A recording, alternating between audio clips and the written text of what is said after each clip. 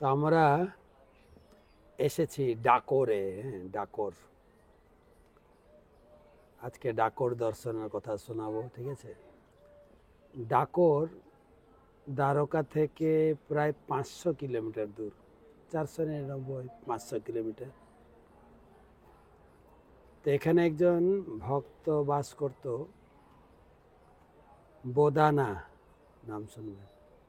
সে ভগবানের একজন বড় ভক্ত ছিল। কোন এক সময় সে বৃন্দাবনে বাস করত। তার নাম ছিল বিজয়ানন্দ, এবং ভগবান তার সঙ্গে এসে অনেক সময় হোলি খেলা করেছে। ভগবান তাকে বলেছিলেন, এর পরবর্তী তোমার রাজস্থানে জন্ম হবে, সেখানে তোমাকে আমি উদ্ধার করব। তো ভগবানের ডাকরে বিগ্রহের নাম হচ্ছে রণছোড় রায়। রায় মানে সুন্দর, রণছোড়। ভগবান রণক্ষেত্র থেকে পালিয়ে এসেছিলেন, সে কাহিনী তো আমরা আগে অনেকবার শুনলাম। ভগবান রাতারাতি যদুবংশীকে সমুদ্রের গর্ভে পাঠিয়ে দিয়েছেন। তারপরে একসঙ্গে কালযবন আর কি না জরাসন্ধ কত সৈন্য নিয়ে এসেছিলেন, 23 অক্ষয়িনী সৈন্য নিয়ে এসেছিলেন। তো একসঙ্গে আক্রমণ করেছেন। কৃষ্ণ বলরাম প্রথমে কালযবনের সামনে, কালযবনের সঙ্গে লড়াই না করে তিনি ধীর পদক্ষেপে চলে যাচ্ছেন। কালযবন মনে ধরে ফেললো, কিন্তু ভগবানকে ধরবে কি করে? দেখে ভগবান অনেক দূর চলে গেছে। কালযবন দেখছিলেন ভগবান এটা কি যুদ্ধক্ষেত্র নাকি না রঙ্গমঞ্চ। এত সুন্দর সেজে গুছে এসছেন। কৃষ্ণ বলরামকে সে আগে কখনো দেখেনি, নারদ মুনির কাছ থেকে শুনেছিলেন। তো সেই প্রথম কৃষ্ণ বলরামকে দেখে তার এত ভালো লেগেছে। আবার অস্ত্র নেই হাতে, সামনে চলেই যাচ্ছেন, পিছনে ডাকছেন কৃষ্ণ, বলুন তো কৃষ্ণ কৃষ্ণ কৃষ্ণ কৃষ্ণ। কৃষ্ণ নাম করতে করতে একে তো কৃষ্ণকে দেখে পবিত্র হয়েছে, কৃষ্ণ নাম জপ করে পবিত্র হয়েছে। তারপরে সেই গুফাতে ঢুকে গেলেন। গুফাতে মৎস্যকুন্দ শুয়েছিলেন। ভগবান নিজে বধ করেননি কালযবনকে, কাকে দিয়ে বধ করালেন? মুচকুন্দ মহারাজকে। এই হচ্ছে একটা চালাক লোকের কাজ। একবার বিদ্যাসাগর, বিদ্যাসাগর বাংলায় বিদ্যাসাগর খুব বিখ্যাত। বিদ্যাসাগর যখন, ঈশ্বরচন্দ্র বিদ্যাসাগর যখন যাচ্ছিলেন গ্রামে, একটা ডান পিঠের ছেলে তার কাছা খুলে দিয়েছে। বিদ্যাসাগর সবসময় ধুতি পরতেন, সবসময় কাছা খুলে দিয়েছে। তো কাছা খুলে রেগে যেত না, বলছে আমি একে দিয়ে কিছু করবো না, কাউকে দিয়ে করাবো। ও কাছা খুলে দিয়েছে, ওকে 10 টাকা দিয়েছে। বাহ, তুমি ভালো ছেলে তো, ওকে 10 টাকা দিয়েছে। ও মনে করলো কাছা খুললেই 10 টাকা পাবো। আর একজন লোক এসে কাছা খুলেছে, মেরেছে এক থাপ্পড়। তো তখন ও টের পেয়েছে যে কাছা খোলাটা উচিত নেই। ভগবান ও নিজে মারেননি কালযবনকে। কালযবন যখন যাচ্ছিল ভিতরে, ওখানে শুয়েছিল মৎস্যকুন্দ মহারাজ, ভগবানের যে ওড়না পিতাম্বর মৎস্যকুন্দের উপরে পরিয়ে দিয়েছিলেন। আর কালযবন কনফার্ম হয়ে গেছিল যে এখানে কে শুয়ে আছে? কৃষ্ণ। গিয়ে লাথি মেরেছেন। তার উপরে দেবতাদের বরদান ছিল যে আমার অসময়ে নিদ্রা ভঙ্গ করবে, সে আমার দৃষ্টিপাতে সে ধ্বংস হয়ে যাবে। তো তারপরে তো ভগবান যখন কালযবন হত্যা হয়ে গেল, তখন ভগবান মৎস্যকুন্দের সামনে এসে দর্শন দিলেন। এবং ভগবান মৎস্যকুন্দের সামনে এসে জ্যোতির্ময় শান্তাকার ও গোলমূর্তি সে দর্শন দিয়েছেন। আর তখন মৎস্যকুন্দ অনেক স্তব স্তুতি করেছেন। আর ভগবান বলেন, মৎস্যকুন্দ তুমি এখান থেকে বদ্রিকা আশ্রমে চলে যাও, সিদ্ধি লাভ করো। তারপরে ভগবান বেরিয়ে এসে কালযবনের সৈন্যদের হত্যা করেছেন। এবারে কাল যবন পাঠ শেষ। এবারে জরাসন্ধের সামনেও কৃষ্ণ গায়েব হয়ে গেলেন। জরাসন্ধ চোখের সামনে দেখেছেন কৃষ্ণ এই পর্বতে উঠে গেছে, তো খুঁজে না পেয়ে পর্বতের গোড়ায় আগুন লাগিয়েছেন প্রবর্ষণ করতে হল। ওখানকার লোকেরা বলে এখনো পাহাড়ের উপরের দিকে গেলে দেখা যাবে যেন পাহাড়টা পুড়ে গেছে, ওখানে গাছপালা হয় না, কেউ যেন পেট্রোল ঢেলে পুড়িয়েছে মনে হয়, দাউ দাউ করে জ্বলছিল।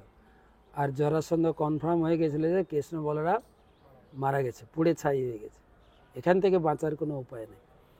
ওখান থেকে ভগবান লাফ দিয়ে 88 ফুট নিচে ঝাঁপ দিয়েছিলেন, সেখান থেকে তারকা চলে গেলেন।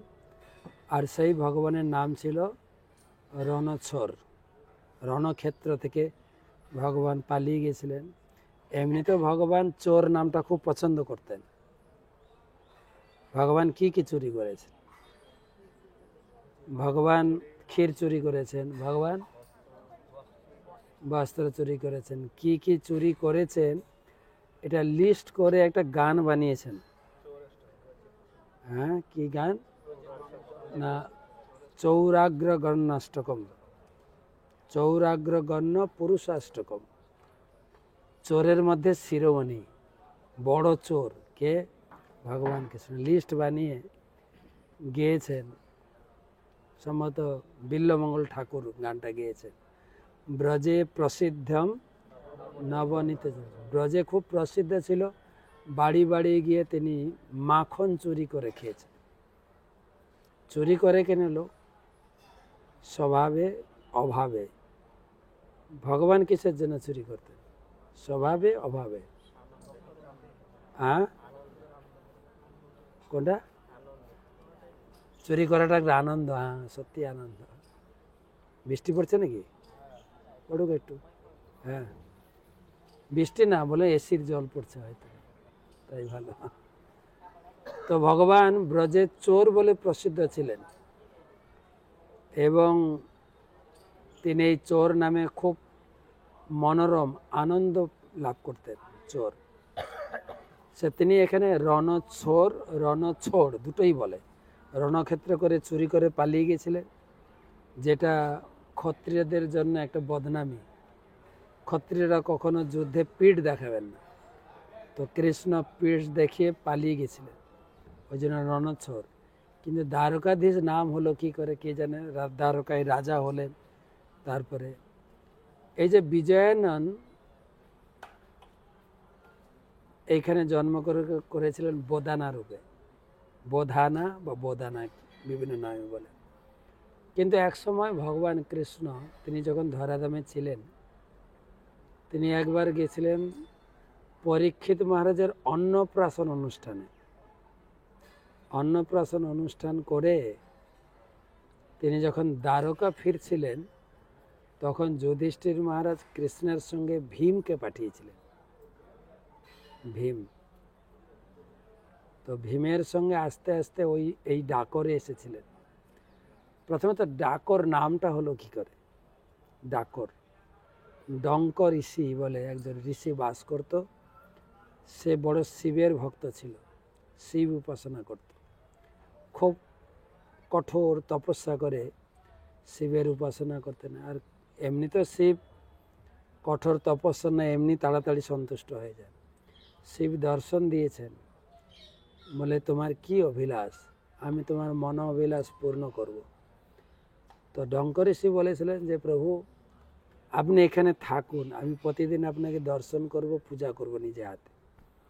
তো ভগবান শিব থেকে গেছিলেন, সেই শিব দর্শন করতে হতো, দর্শন তো করেনি।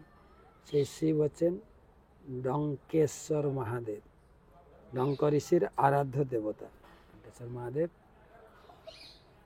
আর বিশাল জঙ্গল ছিল, সেই জঙ্গলের নাম ডঙ্ক ঋষির নাম অনুযায়ী ডঙ্ক বন। ধীরে ধীরে লোক প্রবাদে অপভ্রংশ হতে হতে ডঙ্কর থেকে ডাকর বন হয়ে গেছে, ডাকর। তো ওখানে শিব পার্বতী সাক্ষাৎ বাস করতেন, আছেন ওখানে, যদি দেখতে চান দেখতে পারেন, আছেন। শিব ঠাকুর। আর রাম লক্ষ্মণ সীতা যখন বনবাসকালে চিত্রকূট ভ্রমণ করতে করতে এইখানে এসেছিলেন, এইখানে তিনি সীতাকে হারিয়েছিলেন। হাসিতে বলুন, হাসিতে হাসিতে হাসিতে বলে কান্না করছে ঝরঝর করে প্রভু রামচন্দ্র। পার্বতীর একটু সন্দেহ হয়েছে, স্বামীকে জিজ্ঞাসা করছেন, প্রভু এই লোকটা কে? বলছে, কে তুমি জিজ্ঞাসা করছো? এ আমার আরাধ্য দেবতা। ব্রহ্মা জপে চতুর্মুখে কৃষ্ণ কৃষ্ণ হরে হরে। শিব কার ভক্ত? মহাদেব পঞ্চমুখে রাম রাম হরে হরে। মহাদেবের ঈশ্বর হচ্ছে রাম। আর সেই জন্য শিবের আরেক নাম রামেশ্বরম। রামেশ্বরম মানে রাম जिनकी ঈশ্বর হ্যাঁ, রামেশ্বরম। তো আমার আরাধ্য দেবতা। বলছে একজন ভগবান হয়ে সাধারণ লোকের মতো স্ত্রী চুরি হয়ে গেছে, বউ হারিয়ে গেছে, কান্না করছে, এই আবার ভগবান? তিনি তো অন্তর্যামী, সব জানেন।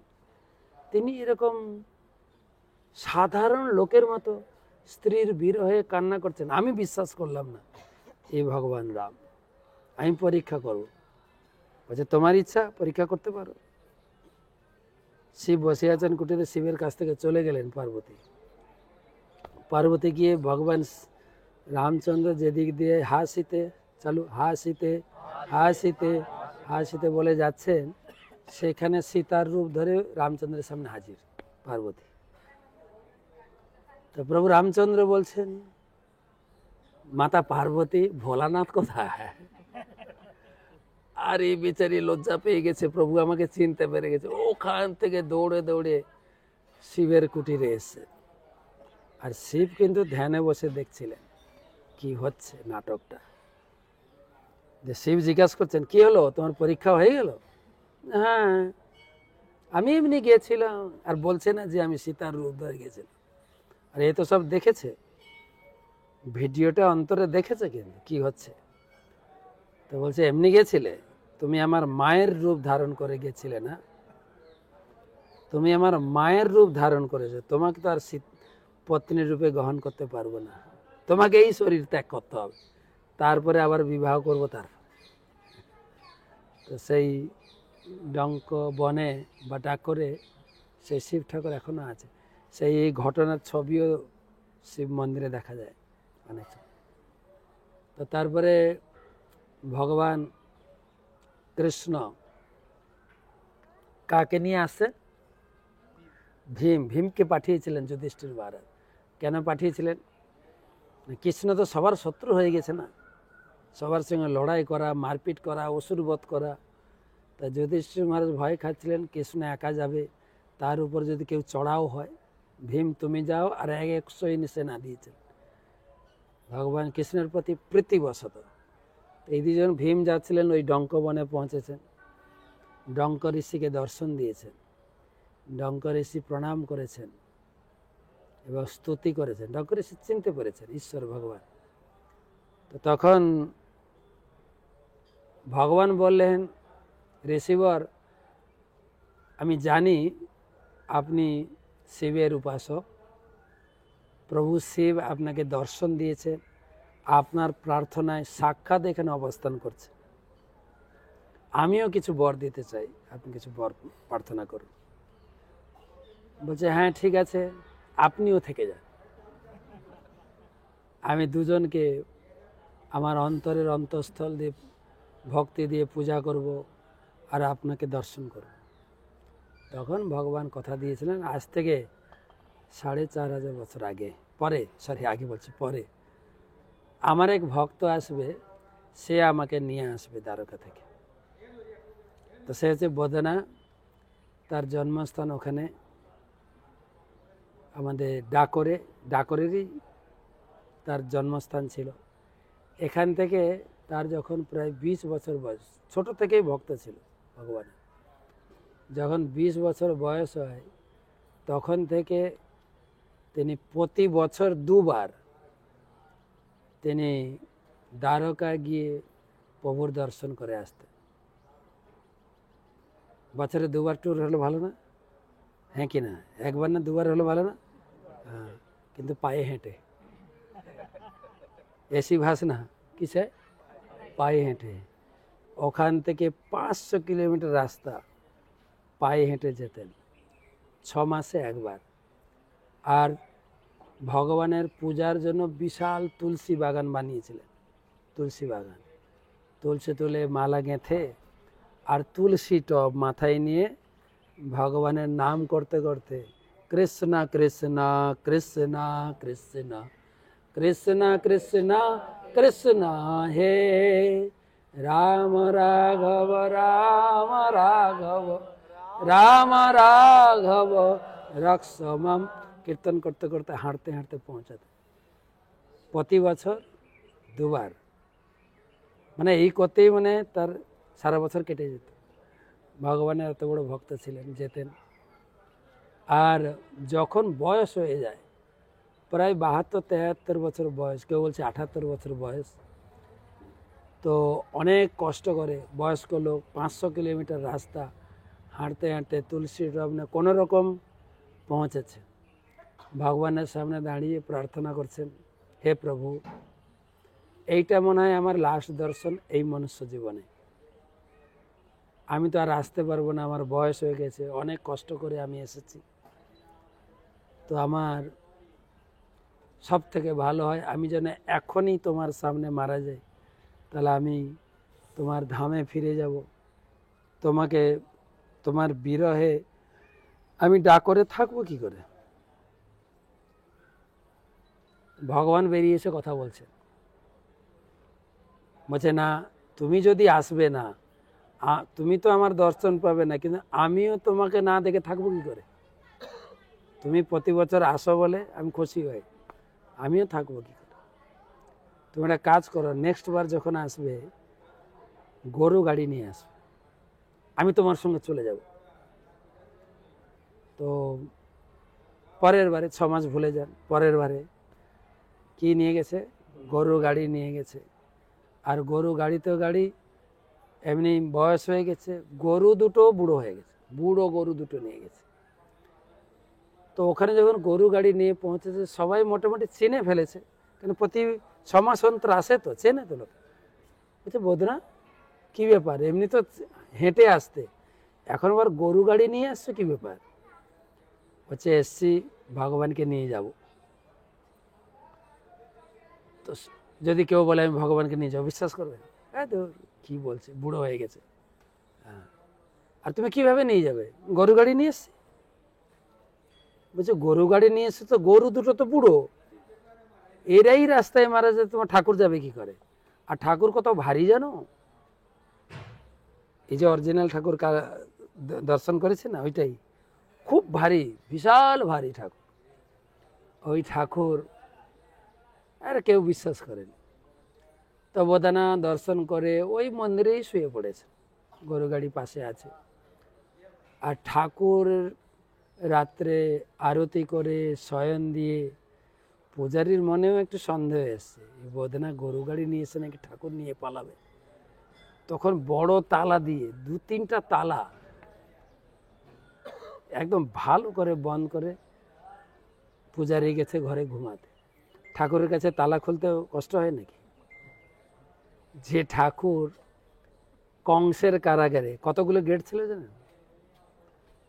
শুধু গেট না, বাবার পায়েও করচাবি ছিল আর হাতেও চাবি পরানো ছিল, ছিল না?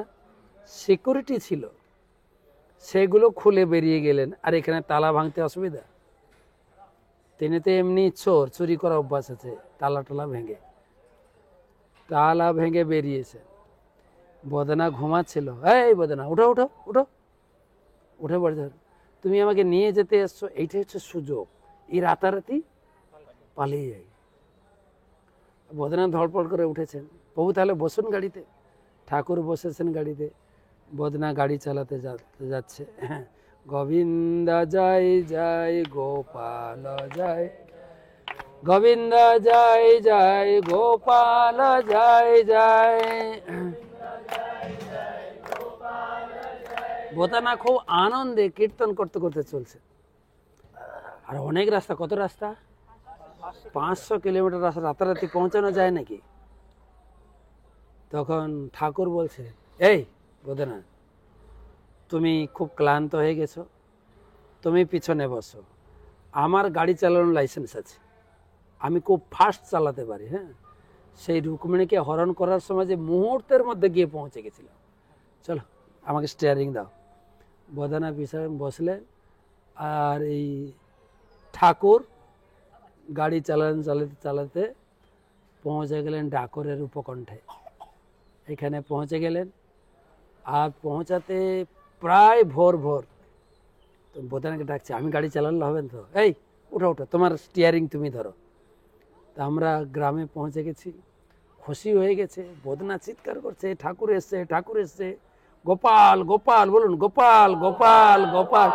তো ঠাকুর এসে গেছেন এখানে, তো গ্রামের লোক এসে গেছে, কিন্তু ঠাকুরের ভয় হচ্ছে, ভোর হয়ে গেছে। মানে ভোর হয়ে গেছে মানে মন্দির খুলবে তো, মন্দিরে খুলে দেখবে ঠাকুর নেই, তখন কি হবে? আর বলতে বলতে এক দল লোক দ্বারকা থেকে আসছে আসছে, আর এদিকে বোদনা ভয় পেয়ে গেছে, কি হবে এখন? ওরা সে ক্ষত্রিয় পার্টি, বড় বড়, আর এই বেচারা রাজপুত গরিব, কি করবে? তারা সব ভল্লুক টল্লুক নিয়ে এসে লড়াই করতে এসে, তো এই হাতাহাতি করতে করতে ভল্লুকটা লেগে যায়, বোদনা দেহত্যা করে মারা যায়। আর এর আগেই যখন দেখছে প্রচুর লোক আসছে, ঠাকুর বোদনাকে বলছে, তুমি সামলাতে পারবে না, কিন্তু আমাকে এই গোমতী কুণ্ডে লুকিয়ে রাখো। পাশেই ছিল গোমতী কুণ্ড, লুকিয়ে রাখো। তো এখন বোদনা মারা গেছে, কিন্তু বোদনা মারা গেল, কিন্তু আসল উদ্দেশ্য তো সফল হল না। আসল উদ্দেশ্য হচ্ছে ঠাকুর কোথায়? ঠাকুর তো নেই। বোদনার স্ত্রী গঙ্গাবাইকে জিজ্ঞেস, ঠাকুর কোথায়? বলছে, আমি শুনেছি এই ঠাকুরই এই গোমতী কুণ্ডে লুকানো আছে। তখন তাদের হাতে বল্লভ ছিল, তো ওরকম গোটা পুকুরে এরকম, কোন জায়গায় ঠাকুর তো পাথরের, কোথায় এক জায়গায় বল্লভ লেগেছে, ঠাকুরের গা থেকে রক্ত বেরিয়েছে, পুরো জল লাল হয়ে গেছে। আমি যখন প্রথমবার এসেছিলাম, দেখুন জল একদম সে যেরকম রাস্তার পাশে বোল্ডারের জল হয়ে এরকম না, ওই রকম লালচে ছিল। এখন জানি না কেমন আছে, দেখতে হবে। তো সবাই চিন্তা ঠাকুর এইখানে, ঠাকুরকে উদ্ধার করা হয়েছে। উদ্ধার করেনি, বুঝতে পেরেছে ঠাকুর আছে, কিন্তু ঠাকুরকে ওখান থেকে তোলা যাচ্ছে না। দ্বারকার সব বড় বড় বলিষ্ঠ লোক কেউই ঠাকুরকে তুলতে পারলেন না। তখন বদনা স্ত্রী গঙ্গাবাই গিয়ে ঠাকুর ধরলেন, গঙ্গাবাইয়ের হাতে ঠাকুর উঠে এলেন। হরি বল। ঠাকুর আসলেন, এবারে ওরা ঠাকুর নিয়ে যাবে, আর গ্রামের লোক ছাড়বে না, ঠাকুর এসেছেন আমরা ছাড়বো না, এই নিয়ে বিবাদ শুরু হয়। তখন ঠাকুর গঙ্গাবাইয়ের হৃদয় থেকে একটু স্ফুরিত করলেন, তুমি বলো যে এই ঠাকুর এখানে থাকবে, এই ঠাকুরের বদলে ঠাকুরের ওজনে সোনা দেব, ঠিক আছে? তো গঙ্গাবাই যখন বললেন, তখন ও রাজি হয়ে গেল। কেন? তার মানে বুঝতে পারছেন, ওরা ঠাকুর চায় না, কি চায়? এটা যে পূজারীদের কাজ। ঠাকুর বুঝতে পেরেছিল তো যে এরা আমাকে আর বেশি ভালো বাসছে না, তাই আমি এখানে সেবা নেব। তো এখন বলে দিয়েছে ঠাকুরের ওজনে সোনা দেবো, তা সে তো গরিব লোক, বদনা গরিব ছিল, তার আবার সোনা কোথায়? বলে দিয়েছে, সমাধান হবে কি করে? এবারে দাঁড়িপালা আনা হয়েছে, তুলা যন্ত্র, একদিকে ঠাকুর, পাথরের ঠাকুর, বিশাল ভারী, আর সোনা কোথায় পাবে? তো গঙ্গাবাইয়ের একটা নাকচাবি বলেন, মায়ের যে নাকফুল বা নাকচাবি, ওইটা ছিল সোনা, ওইটা খুলেছে, খুলে দিয়েছে, ওটা দিয়ে কার ঠাকুর মাপা যায় নাকি? তখন অন্তর থেকে ভগবান বলে, একটা তুলসী পাতা চাপিয়ে দাও, যেহেতু বিবাহ দিয়েছে পুরো বরাবর সমান হয়ে গেছে, হরি বল। তখন প্রমাণ হয়ে গেছে, বেচারা এইটুকু সোনা নিয়ে লস খেলো বেচারা। তখন থেকে ঠাকুর এখানেই থেকে গেছে। এই হচ্ছে অরিজিনাল স্বয়ম্ভু মূর্তি। ভগবান যখন দ্বারকায় ছিলেন, দ্বারকা ধ্বংস হওয়ার পর সেই মূর্তি সেখানে সেবা হতো, স্বয়ম্ভু বিগ্রহ। সেই বিগ্রহ চলে আসেন, এরা খুব কান্নাকাটি শুরু করলেন, দ্বারকাবাসীরা ভগবানের চরণে কান্নাকাটি শুরু করলেন। তখন ভগবান বললেন, ঠিক আছে তোমরা ফিরে যাও গোমতীতে। একটা জায়গার কথা বলেছিলাম, আমার জায়গাটা মনে নেই। ওই জায়গায় গোমতী নদীতে আমার মতো একই বিগ্রহ পাবে, ছ মাসের ভিতরে তোমরা বিগ্রহ পাবে, সেই বিগ্রহ বসিয়ে তোমরা পুজো করবে। তো সেই বিগ্রহ, তাই এই যে ডাকরের যে বিগ্রহ অনেক বড়, আর যেহেতু ওরা 6 মাসের আগেই খুঁজে পেয়েছিল, সেই জন্য বলে বিগ্রহ পুরো ম্যাচিউর হয়নি, ছোট বিগ্রহ। তাই দ্বারকাতে বিগ্রহ আছে ছোট। এখানে আরেকটা ঘটনা হয়েছিল, যখন ভগবান সকালে পৌঁছালেন বদনাকে নিয়ে, সকালে পৌঁছে গেছেন, এবার হাত মুখ ধুতে হবে তো নাকি। তো বদনাকে বলছে তুমি থাকো, আমি একটু দাঁতুন নিয়ে আসি। সে নিম গাছে একটা ডাল পেড়েছিলেন, যেই নিম গাছের ডালটা ধরেছিলেন আর দাঁতুন ভেঙেছিলেন একটা, সেই নিম গাছ এখনো আছে। সেই নিম গাছের যে ডালটা ভগবান ধরেছিলেন, ওই ডালটাই মিষ্টি পাতা, বাকি গাছটা হচ্ছে নিমের তিতো পাতা। ওই ডালটা আমি গেছি অনেকবার ওই ডালের কাছে, আমি অবশ্য পরীক্ষা করে দেখিনি তিতো না মিষ্টি। সব থেকে ভালো হচ্ছে শ্রবণ করে বিশ্বাস করে, নাকি সব কিছু টেস্ট করে, ভগবানকে টেস্ট করে তো বোঝা যায় না।